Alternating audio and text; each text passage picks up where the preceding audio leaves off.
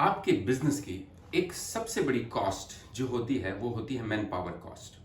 और अगर आप सर्विस इंडस्ट्री में तो ये कॉस्ट और भी ज़्यादा होती है। क्वेश्चन ये है कि जब हमें लगता है कि हमारी मैन पावर कॉस्ट बढ़ रही है तो हम उस कॉस्ट को रिड्यूस करने की कोशिश करते हैं, लोगों को हटाते हैं, लोगों को कम सैलरी पे रखने की कोशिश करते हैं, या फिर हमें ज़रूरत होती है उसके बाद भी हम लोगों को नहीं रखते क्योंकि हम उस कॉस्ट को कंट्रोल करना चाहते हैं। लेकिन ये एक बहुत बड़ी गलती है जो हम करते हैं। ये कॉस्ट हमें बढ़ी हुई क्यों नहीं लगती? क्यों बढ़ी हुई क्यों लगती है? क्योंकि हमारे पास उस एम्प्लॉय ने क्या रिजल्ट्स दिए, क्या परफॉर्मेंस दी, कितना प्रॉफिट बना के दिया, कितने नए कस्टमर ला के दिए, उस एम्प्लॉय पर मुझे रिटर्न ऑन इन्वेस्टमेंट क्या था, मेरे पास ऐसा कोई मैकेनिज्म नहीं होता है। तो अगर किसी एम्प्लॉय को आप 40,000 या 50,000 रुपए महीना देते हो तो डेफिनेटली आपको उस एम्प्लॉय के थ्रू होने वाला एडवांटेज 50,000 से ज्यादा होना चाहिए।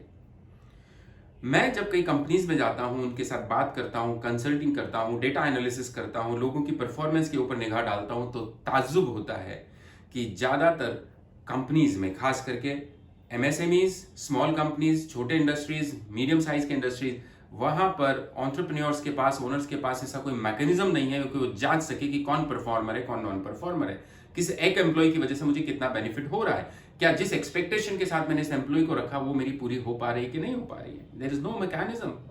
और उस प्रोसेस में क्या होता है कि परफॉर्मर भी चलता है, नॉन परफॉर्मर भी चलता है, ऐसा जो 50-50 कर रहा है वो भी चल रहा होता है। और जब बारी आती है एनुअल अप्रेजल और इंक्रीमेंट की तो आपके पास कोई बेसिस नहीं होता। आप इमोशंस के बेसिस पे, जो कुछ देखते हो उसके बेसिस पे उनका इंक्रीमेंट कर लेते हो, और वहां कई बार इनजस्टिस होता है ऐसे इंसान के साथ जो बेहतर कर रहा होता है, लेकिन आपने उसको बराबर कर दिया नॉन परफॉर्मर के साथ, and that person feel bad and may leave your organisation. और हमारे यहाँ पर नॉन परफॉर्मर टिके रहते हैं क्योंकि उन्हें पता है कि बिना परफॉर्म किए उन्हें सैलरी मिल रही है, उन्हें इंक्रीमेंट मिल रहा है, और वो कहीं जाएंगे तो शायद उतना सैलरी नहीं मिलेगी। और कई जगह ये भी देखा गया है कि इस मैकेनिज्म के ना होने की वजह से हमारे पास जितनी जरूरत है उससे ज्यादा लोग रहते हैं, कॉस्ट बढ़ती है। ये भी देखा गया है कि हमारे लोग जितना उनको डिलीवर करना चाहिए, जितना उनको काम करना चाहिए, उनके पास उतना काम डिफाइंड और अलॉटेड ही नहीं है। We do not have a process कि हाँ इस आदमी को ये काम करना है तो उसको हम राइटिंग में डिफाइन करके रखें।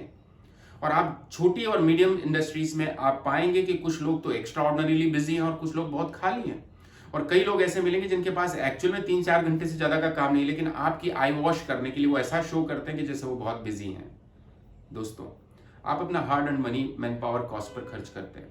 अगर आपने 10% भी कंट्रोल कर लिया इस मैकेनिज्म को कि कौन कितना काम कर रहा है, किसकी परफॉर्मेंस बेहतर है, क्या उसको जो करना है वो कर पा रहा है कि नहीं कर पा रहा, क्या वो डेली 8 आवर्स या 9 आवर्स के लिए प्रोडक्टिवली बिजी है और वो रिजल्ट दे रहा है कि नहीं दे रहा, चाहे वो अकाउंट्स का आदमी हो, सेल्स का हो, एचआर का हो, ऑपरेशंस का हो, सर्विस का हो, उससे कोई फर्क नहीं पड़ता। But there has to be defined scope of work for every employ.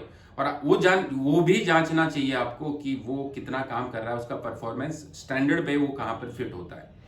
एक बार ये सिस्टम अगर आप अप्लाई करते हैं, ऑटोमेटिकली नॉन परफॉर्मर्स को आप अलग कर पाएंगे, परफॉर्मर्स आपके यहाँ टिकेंगे, उनको आप ग्रोथ भी दे पाएंगे, एंड देन सी आपकी न सिर्फ कॉस्ट कम होती है बट कि आपके बिजनेस की ग्रोथ, प्रॉफिटेबिलिटी वो भी बेहतर होगी।